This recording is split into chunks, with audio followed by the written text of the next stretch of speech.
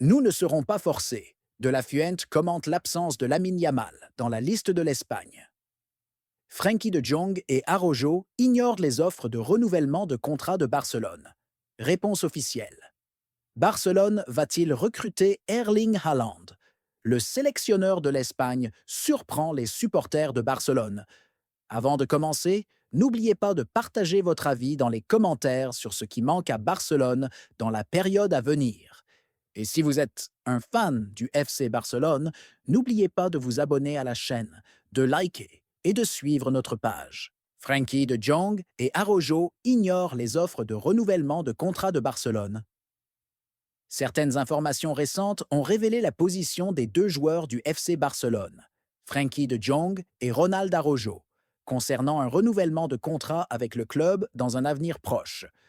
Les responsables du club cherchent à renouveler les contrats de certains de leurs joueurs dans la période à venir, notamment parce que certains contrats expirent dans les 2 prochaines années. Les contrats de Ronald Araujo et Frenkie de Jong se terminent en juin 2026, ce qui signifie que leurs contrats arriveront à expiration après une saison, en plus de la saison en cours. Développement concernant l'avenir de Frenkie de Jong et Ronald Araujo.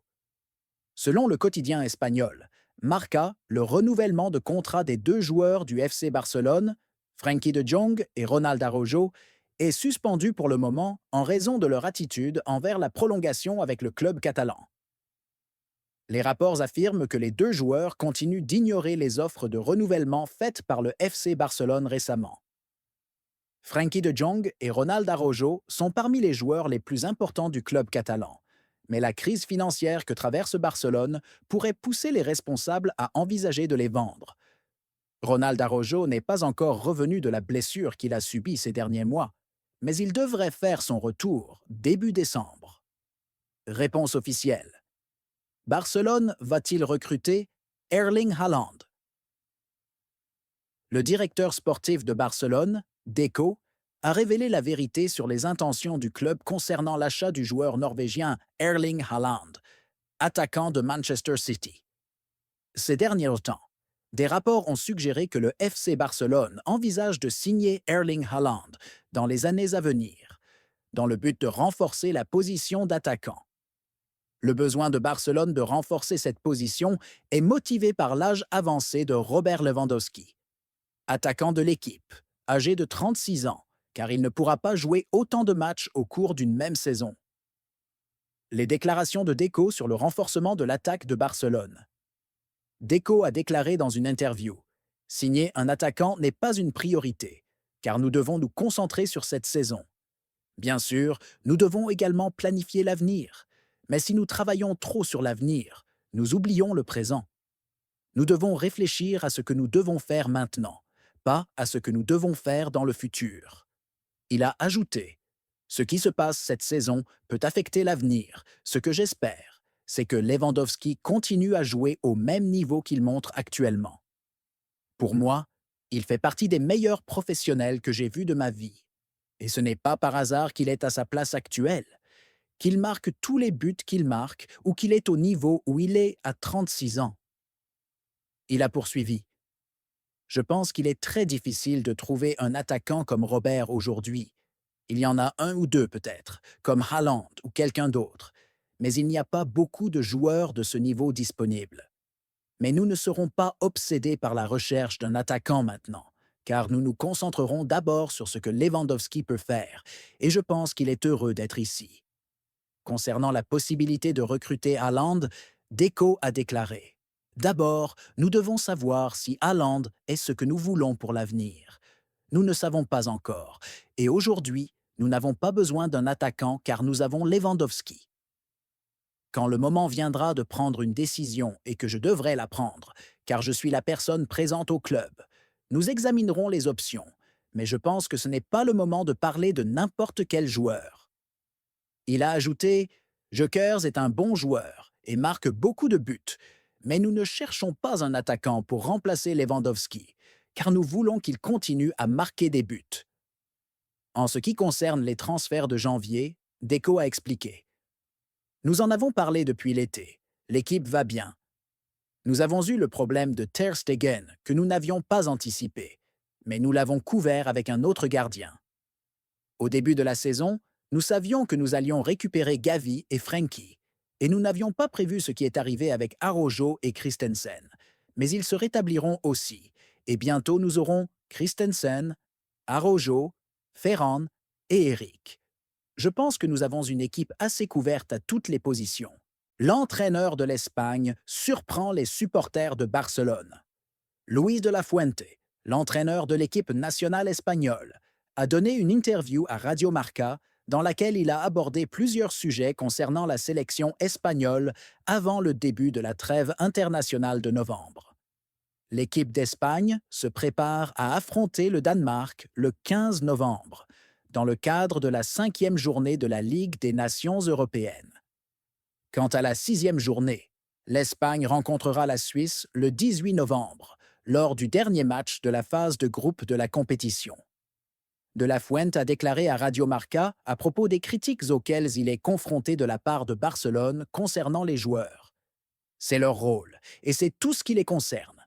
Chacun défend ses intérêts, mais je tiens à dire que la sélection appartient à tout le monde et que nous devons être préoccupés par la défense de nos propres intérêts. Sera-t-il toujours critiqué à cause de Lamine Yamal?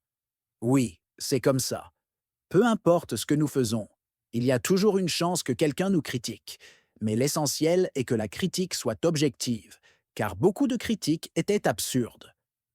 Concernant l'absence de Lamine Yamal en sélection, il a dit « Soyons clairs, si un joueur n'est pas sélectionné, c'est parce que j'ai décidé de ne pas l'appeler ou qu'il n'est pas en forme. Mais il n'y a pas d'autre raison à cela, et ne pensons pas autrement. » Dans des déclarations surprenantes, Luis de la Fuente a exprimé son grand respect pour les évolutions de l'équipe de Barcelone sous la direction de l'entraîneur allemand Hans-Dieter Flick, qualifiant son style de jeu de rigide, organisé et différent de ce à quoi l'équipe était habituée ces dernières années. De la Fuente a souligné que ce style rigide avait un impact positif sur les performances des joueurs espagnols à Barcelone, en particulier sur l'évolution des jeunes joueurs, et a exprimé sa conviction que cela aurait un effet bénéfique sur la sélection espagnole. De la Fuente a commencé en soulignant le style unique apporté par Flick, en disant « Flick a amené une approche unique fondée sur une discipline totale et un travail d'équipe intégré, ce qui est caractéristique des équipes allemandes. Cette approche, bien qu'elle soit relativement nouvelle pour Barcelone, a clairement fait ses preuves. L'équipe est devenue beaucoup plus organisée, avec un engagement tactique élevé que nous n'avions pas vu avec cette rigueur ces dernières années. Il a également confirmé que ce style strict avait contribué à redéfinir l'identité défensive de l'équipe, rendant Barcelone plus forte défensivement et plus capable de garder sa cage inviolée, ce qui était un défi dans les périodes précédentes. De la Fuente a poursuivi en parlant du changement notable dans le style de jeu, affirmant « Barcelone a toujours été connu pour son style de jeu tiki-taka, caractérisé par des passes courtes et une domination totale du ballon. Mais avec Flick, nous avons vu une légère évolution vers un jeu plus direct et efficace. Cela ne signifie pas abandonner l'identité catalane traditionnelle, mais plutôt la fusionner avec le style rigide allemand, qui se concentre sur les résultats. Barcelone ne cherche plus à dominer juste pour dominer, mais il y a maintenant une direction claire pour équilibrer attaque et défense, ce qui augmente les chances de victoire et renforce la solidité de l'équipe dans les grands matchs.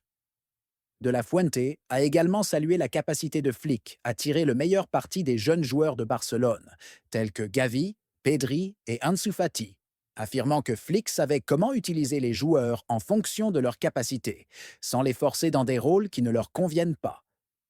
Il a ajouté « Flick comprend parfaitement les capacités des joueurs et sait comment les faire jouer de manière à exploiter leurs compétences.